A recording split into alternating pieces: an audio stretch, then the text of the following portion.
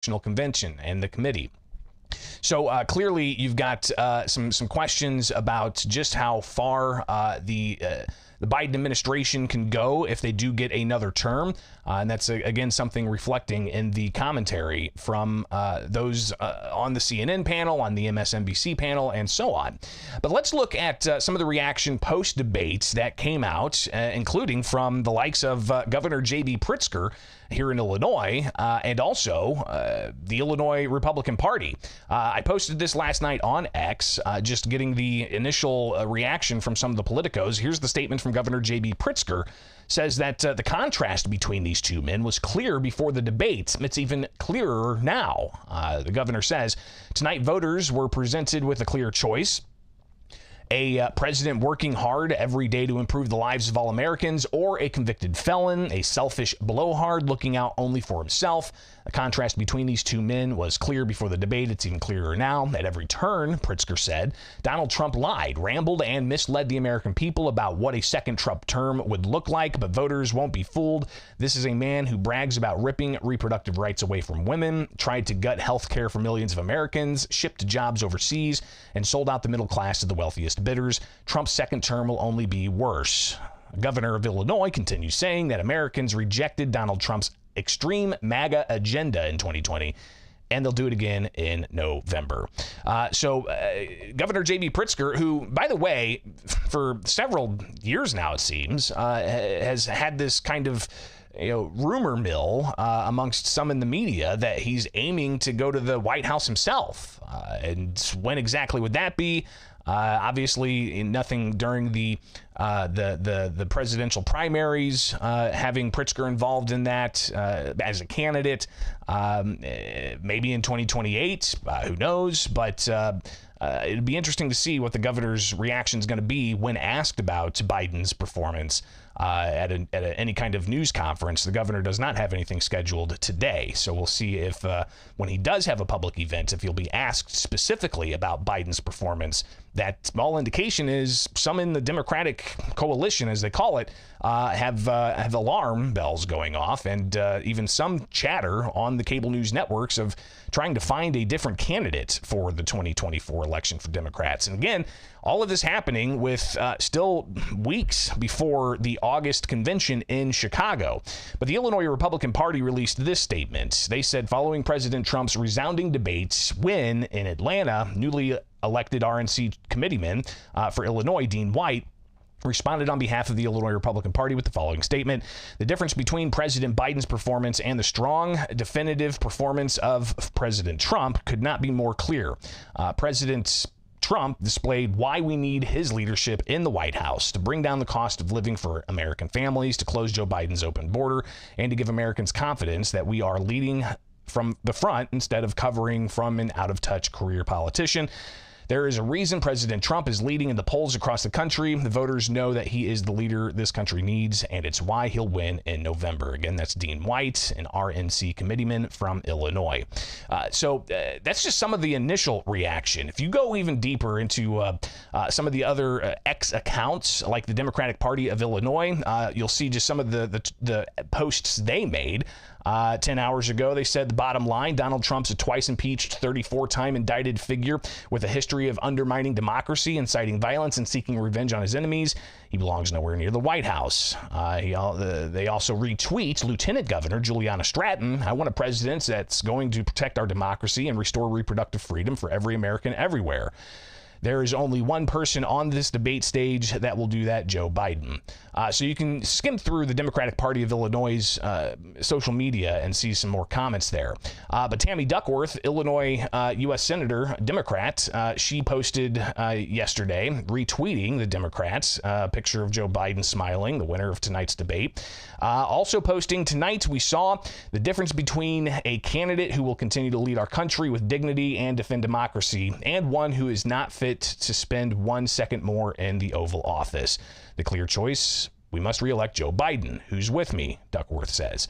Even further, you go into it, Robin Kelly, She's a congresswoman from the 2nd District in Illinois, former chairwoman of the Democratic Party of Illinois, also posting that Donald Trump has said loud and clear that he is proudly the person responsible for overturning Roe v. Wade and that there should be punishment for women who get an abortion. If elected, he'll pass a national abortion ban. She also posts a clip from Biden-Harris headquarters of some of the debate from last night. And even retweeting President Joe Biden, who said Donald Trump is the only president besides Herbert Hoover who left office with fewer jobs than when he began. Some people posting on social media. It's interesting that Biden was posting to X and other social media accounts while he was on the debate stage. But let's see what some of the Republican Party has to say. Of course, we shared with you the statement from the National Committeeman from Illinois for the RNC. But the Republican Party retweeting RNC research, a New York Post front page, just sad. President mumbles, stumbles, freezes in train wreck debate versus Trump. You've got Jeannie Ives being retweeted by the Illinois Republican Party, former state representative, former Republican primary gubernatorial candidate from the Rauner years. But Ives posted, not even Democrats can defend Biden's performance. They are only commenting on Trump and continuing on others to clean up the mess that Biden made. And more comments there. They also retweeted the Border Patrol Union, where they said, to be clear, we've never, ever, and will never endorse Biden. And that was an interesting exchange that happened during debate.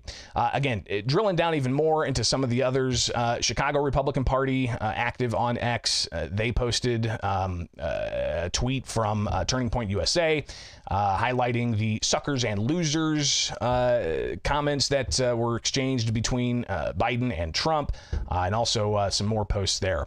Congresswoman Mary Miller, her account on X, posting about a huge victory for President Trump after the debate.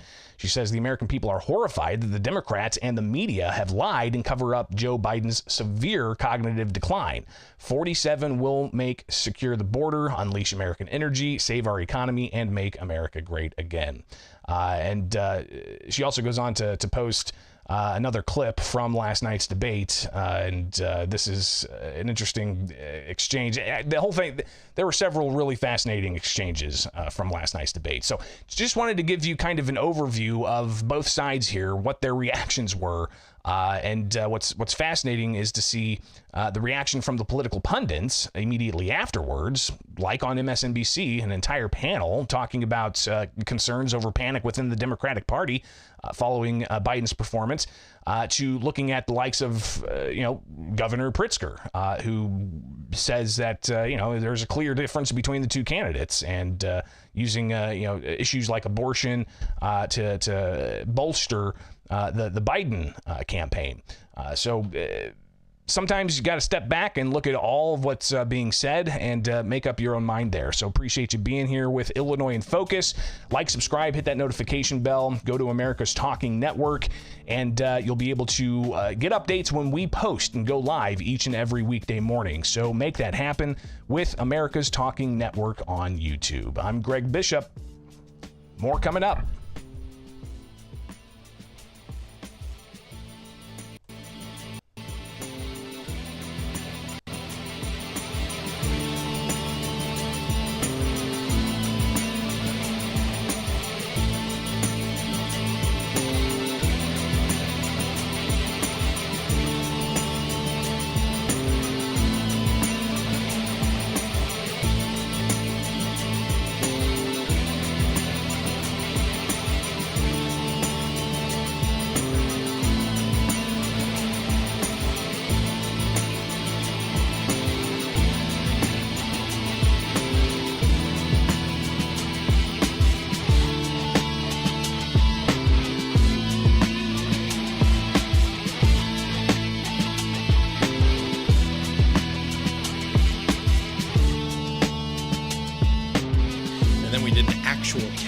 Census count in 2020, and it turns out no, we actually gained population in Illinois. So I don't trust the surveys, but I do trust the actual count of people.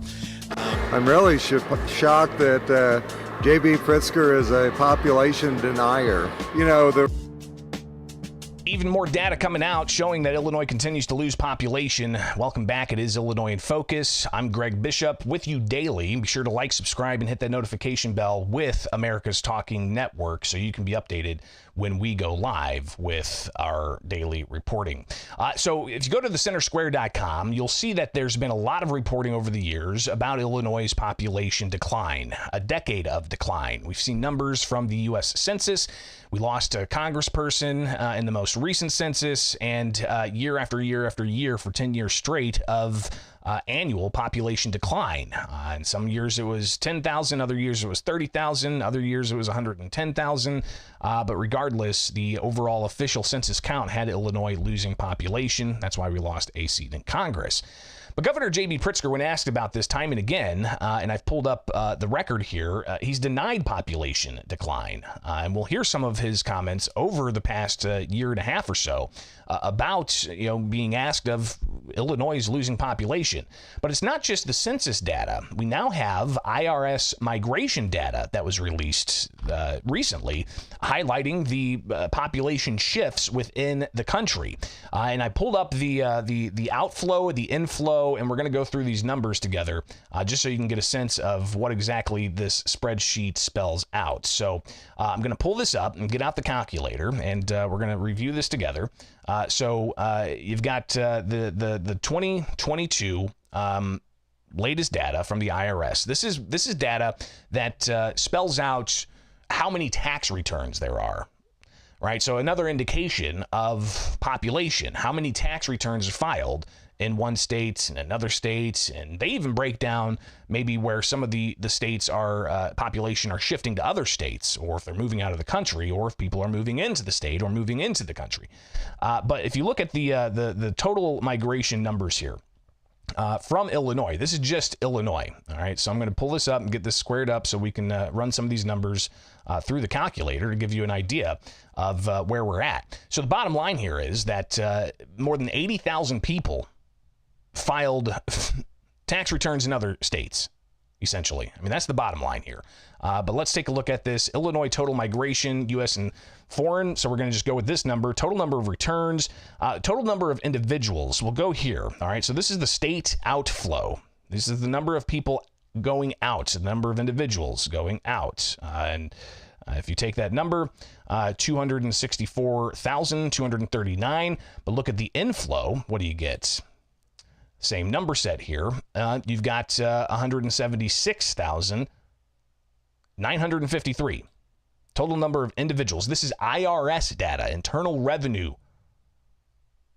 All right. The Internal Revenue Service data. People who are filing tax returns. So let's enter these numbers here. 176. This is the total number of people that came to Illinois. 176,953. And then we're going to subtract that by the total number of people moving out of the state. So again, 264,239. And we'll add this up here live with you as we are crunching these numbers. So you have the total number of inflow, 176, almost 177,000. And then the total number of outflow, which you would subtract that from that number. It's 264,239. And you get 87,000 people who moved out of the state. At least filed in other states. 87,000 people. This is not the census data. This is IRS migration data. So from 2021 to 2022, 87,286 people fewer in Illinois than in other states. And what you see here too is the outflow. You can break this down and actually look at all the states that are getting people from Illinois. And obviously Florida, Texas, Indiana, California, Wisconsin, a lot of these states getting more people. Where are people moving in to Illinois from? They're moving from California, Indiana, Florida, but more people moved out than moved in. Another interesting number set here is, let's look at adjusted gross income. All right. So 9.5, what is that, billion, I believe? Let me just double check here. Yeah. So it's in thousands of dollars. So this is 9.5 billion in total adjusted gross income. That's the state inflow. So that's how much money the state brought in from outside of states. You look at the state outflow, and it's $19.4 billion. So almost $10 billion difference there of adjusted gross income. Almost $10 billion. So another set of numbers showing population leaving the state and their tax dollars leaving the state. So $10 billion leaving the state of Illinois. Governor Pritzker, over the past year and a half, has been asked about population decline. Here he is way back in April of last year, being asked about population decline at an unrelated event at Northwestern University. You know, we all talked about the exodus from the state of Illinois, which I want to contend to you, some of that data was wrong. We saw they do a survey year after year called the American Community Survey, and it said that hundreds of thousands of people were leaving every year. And then we did an actual count, the census count, in 2020, and it turns out, no, we actually gained population in Illinois. So I don't trust the surveys, but I do trust the actual count of people. And then the governor went on to talk about how the people who were leaving Illinois were college-age students graduating high school, and they would go to a different state. And he said that they're reversing that with new grant dollars for education. We're beginning to see, as a result of some of the stats I just gave you, the freshman classes entering, the enrollment entering classes in colleges all across the state are going up for the first time in quite some time. And it's a result of we're getting past COVID, and the resources that we put into MAP grants and the resources we've sent directly to universities. So the governor continued to talk about education funding and how he says that that's going to reverse the trend. But even after that, in May, more data came out about population decline. It's not just the census data. It's not just the IRS migration data. It's even moving company data that has Illinois amongst the top states people are moving out of. Back in May of last year, I asked the governor about population decline. That's not census data, just to be clear, right? A census is done. Yeah, fair enough. County level data released. We did not lose population, as you saw when the Census Bureau data came through for the 2020 census. We actually gained population. Especially as they looked more closely after the initial announcements at what happened state to state. So I'm pleased about that. I think the American Community Survey data is a little more suspect, as you know, and clearly miscounted Illinois population over the years leading up to the actual counting of people during the census, and it continues to be inaccurate in its count. And he even went, and several Democratic leaders from Illinois went to the U.S. Census and complained about the numbers, saying, no, we've grown in population, despite showing a decade of decline, and the 10-year census showing fewer people in Illinois than 10 years prior. Well, the governor again brought this up in August of last year after being asked by a student at a conversation, a fireside chat that he had at a university, and the governor continued to deny population loss. We did a census in 2020. Turns out all the American Community Survey data, wrong. We gained population in the state of Illinois in the census of 2020. So now what am I supposed to say? Every year the Republicans, the right wing, cites the American Community Survey data. You just cited some from last year that says that we're losing population, when the reality is that we didn't over the last 10 years when the American Community Survey said we did. So I would just say our economy has grown from $800 million to over $1 trillion in the last couple of years. We have jobs available. In fact, we have about 85,000 more jobs available in the state of Illinois right now than we have people who can fill those jobs. And again, that's from August of last year with the governor being asked about community survey data. It's not just the census data. It's not just the annual estimations from the census. It's not just the American Community Survey. It's not just the moving data from moving companies like U-Haul. It's also the IRS data that's highlighted here. And the most recent data showing that from 2021 to 2022, 86,000 people left the state of Illinois, and with them, they took almost $10 billion in tax money with them. So it's a collection of all of these different data points that are highlighting Illinois' continued population decline. My colleague Katrina Peterson last month asked the governor about the continued reports of population decline, and here's how the governor reacted to that question. So to disabuse you and many others of a misimpression, there is, as you know, every 10 years a census that gets done. That's where people's doors get knocked on. And he continued to talk about the community survey data and how he and other Democratic leaders went to the U.S. Census to complain about it and said, hey, these cities are also complaining about it within Illinois, saying that you guys got the numbers wrong. And the governor talked about how the census did come back and revise their numbers. And they believed us, and they went around and looked at the cities in the state that applied. We had a group of cities who kind of went to the Census Bureau and said, this is wrong. We're seeing more people than you are. And what did they do? They upped the numbers, the population numbers for each of those cities that were part of that application.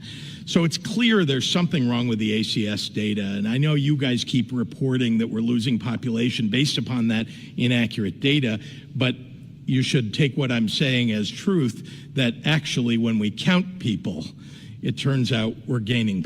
Again, it's not just the American Community Survey data that we're reporting on. We're reporting on the annual estimates. We're reporting on the estimates of counties in Illinois losing population that's released. We're also looking at the Internal Revenue Service data showing, again, 86,000 or so fewer people, taking with them $10 billion. And that's been consistent from year to year to year to year as well, as the total numbers of people leaving the state. So looking at all this data here, and the governor still seeming to deny that. State Representative Chris Miller recently said that the governor's got an issue here. I'm really shocked that J.B. Pritzker is a population denier. You know, one of the biggest drivers for people leaving the state is overtaxation, overregulation, the tyranny of what they've done with the individual tax, business tax, real estate tax.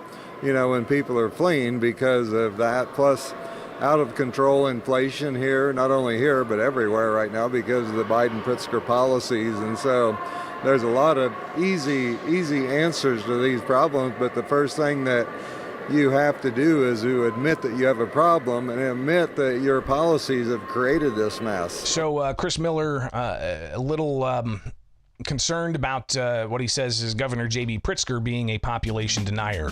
Obviously, questions about that will persist as more data comes out. The bottom line today is the latest IRS data showing that Illinois lost 86,000 plus individuals, and with them $10 billion roughly of gross domestic product. It is Illinois in Focus Daily. Like, subscribe, and hit that notification bell at America's Talking Network, and wake up with us each and every weekday morning for live coverage of what you need to know to get your day started. America's Talking Network with Illinois in Focus Daily and the Center Square.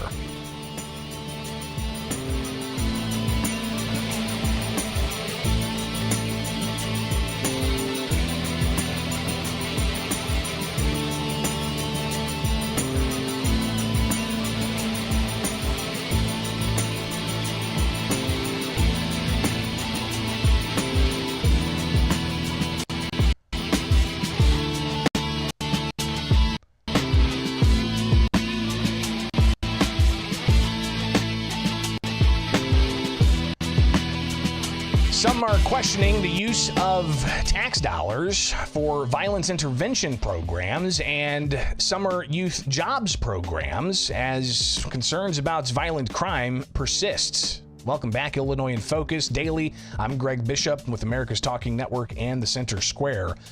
And $180 million in the state budget that starts Monday, July 1st. $180 million of that $53 billion budget is going to violence intervention grants and youth summer jobs programs. As typically what you see in a city like Chicago, the violent crime tends to tick upwards whenever the weather gets nicer and nicer and nicer. I mean, it's summer now. And you've seen some of the headlines in the past of the numbers of shootings and fatalities. You also look at the robberies and the assaults and the carjackings, and those numbers while some may be coming down, it's still at a level that is alarming for those living in and around the Chicago area who have to commute there, who want to travel there to be a tourist, and so on. But as part of the efforts to try to curb that violence, the state of Illinois is going to use tax dollars, $180 million, for violence intervention programs. Here's Governor J.B. Pritzker earlier this week in reaction to the U.S. Surgeon General saying that gun violence, quote unquote, is a public health crisis. And Governor Pritzker said that he's glad that pronouncement was made. And he said that Illinois is doing what it can to help fund violence intervention programs, something the U.S. Surgeon General said should be done to help curb gun violence. Just like with healthcare, early intervention, what do we say? An ounce of prevention is worth a pound of cure. That is true also when it comes to gun violence. That making sure that we're making the proper investments early into communities where we know there is a problem with violence, making sure that we're deterring people from getting engaged in things that they shouldn't by providing jobs, by making sure we have violence intervention programs that are funded. So the governor went on to talk about those programs and the history of the funding of those programs, how like during the Rauner administration, some of those programs were not funded. And he said that meant the violence was coming back. But if you go even further back, and this is just my understanding from covering the State House for the past 10 years, if you recall, former Governor Pat Quinn had the Neighborhood Recovery Initiative, NRI, the Neighborhood Recovery Initiative. And millions of dollars went to these types of organizations, nonprofits. But then it was found out that some of the money was going to pad six-figure salaries for some of these nonprofit groups, and even questions about the use of those dollars in politics ahead of elections. And how that was ethically questionable, and the investigations that happened back then. Just look it up. Do a news archive search. Neighborhood Recovery Initiative. All right. During the Quinn administration, you'll find those audit reports that at that time were kind of partly propelling people saying, hey, these violence intervention programs have some flaws in them. But the governor says that he's going to make sure that and other groups are watching and monitoring how these dollars are used and make sure they're used appropriately. News is that there are private, independent folks who are monitoring things like this. If you look at CRED, for example, in the city, they've looked at the communities where they're making investments and where other investments have been made, and they've watched the violent crime numbers come down in those communities as we invest with those programs. The state of Illinois does. And so we think that it's very important to track and trace what happens with the dollars that we put into those programs, and it does prove to work. And then you see the reverse of it in the years prior. Take the money away, violence increases. So the governor highlighting how he believes that if you take the money away, violence increases. With these violence intervention programs, he says need to be funded. Again, $180 million beginning Monday in the state of Illinois. Your tax dollars going to violence intervention programs, but not just violence intervention programs, also summer youth jobs programs. Here's Peoria Democratic State Representative Jehan Gordon Booth earlier this month when the governor signed the budget that's set to start Monday. She said that the budget includes these types of dollars that she says are drastically needed. I would be remiss if I did not also mention that this happens to be Gun Violence Awareness Month. This budget makes significant investments from Chicago to Cairo, from Pembroke to Peoria, in ensuring that our communities are safer because of the investments that we're making in programs like youth employment, programs that we're ensuring that we're investing in, like violence intervention, violence prevention. These kinds of concepts, after school programming, these are the things that when you see safe communities, you see a plethora of these kinds of concepts along with economic opportunity. So again, Jehan Gordon Booth, state representative from Peoria, highlighting the summer youth programs, the jobs programs, and the violence intervention. I connected with Ted Dabrowski from WirePoints, who, by the way, if you can go to their website, you'll see some reports that include reports about violent crime. They also have a report out about Illinois' population decline, but they had a report several days ago about the high number of unresponsive calls to 911 in Chicago. And it's pretty alarming. It's almost 50-50, they say. But I connected with Dabrowski to get his take on this idea of using $180 million in tax money to go towards violence intervention programs and youth summer jobs programs. Well, yeah, we've got two problems going on, or we have two ways of solving this. One is the immediate reactions to what's happening with crime. The second is the root causes. And I think we keep confusing the two things. We think that we can keep throwing more money at these violence prevention programs when what we're not doing is saying, hey, let's put a deterrence on crime. And so we're not helping the police. We're not prosecuting, and we're actually handcuffing the police when it comes to doing their job. Whether it's not doing foot chases, not doing car chases. We got the Safety Act now, which is allowing more criminals to be on the street. So I say we need to do number one first, which is control the crime on the streets today, and then number two, figure out how we approach the root causes, because the root causes are important, but it's not about throwing money at it. It's about doing the right things. But again, asking Dabrowski about the spending side on $53.1 billion budget. Sure. It's a big budget. And $180 million going towards these types of programs. Are they effective programs? Do they actually bring about a reduction in crime? How do we assess this? Right. So they're taking all this money. We already have a tough time with the budget, as we know. And they're taking this money and doing things which might in the short term, they might alleviate crime, they might alleviate murders, because they're giving money to groups to say, hey, get out there and engage. Let's find out who the bad guys are. Let's work on a lot of the mental health issues, all kinds of stuff, right? The problem is those aren't structural ways to help the problem. And when you look at this, creating jobs for youth in the summer. It all sounds good, but that's government spending more money on government programs, which aren't, one, sustainable, and two, nobody knows if they ever work, because there's no real proof of that. What needs to happen is real job creation, real opportunity, better schools. And, I look at this, I was looking at the data across the country. For the 15 largest cities, we have the highest Black unemployment rate in the nation. That's a real problem, which has, it's not about crime, it's about opportunity. And when there's no opportunity, well, you get more crime. Same thing on poverty. We have the second highest poverty among the 15 big cities. And, we're one of the most equity-focused states and cities in the country. So we have a real problem of creating opportunity, and the money would be better spent creating real opportunity rather than trying to just tax people and send it to programs which are unproven. And when we're at 6-year high in violent crimes right now, it's not about money. We don't have the right strategies.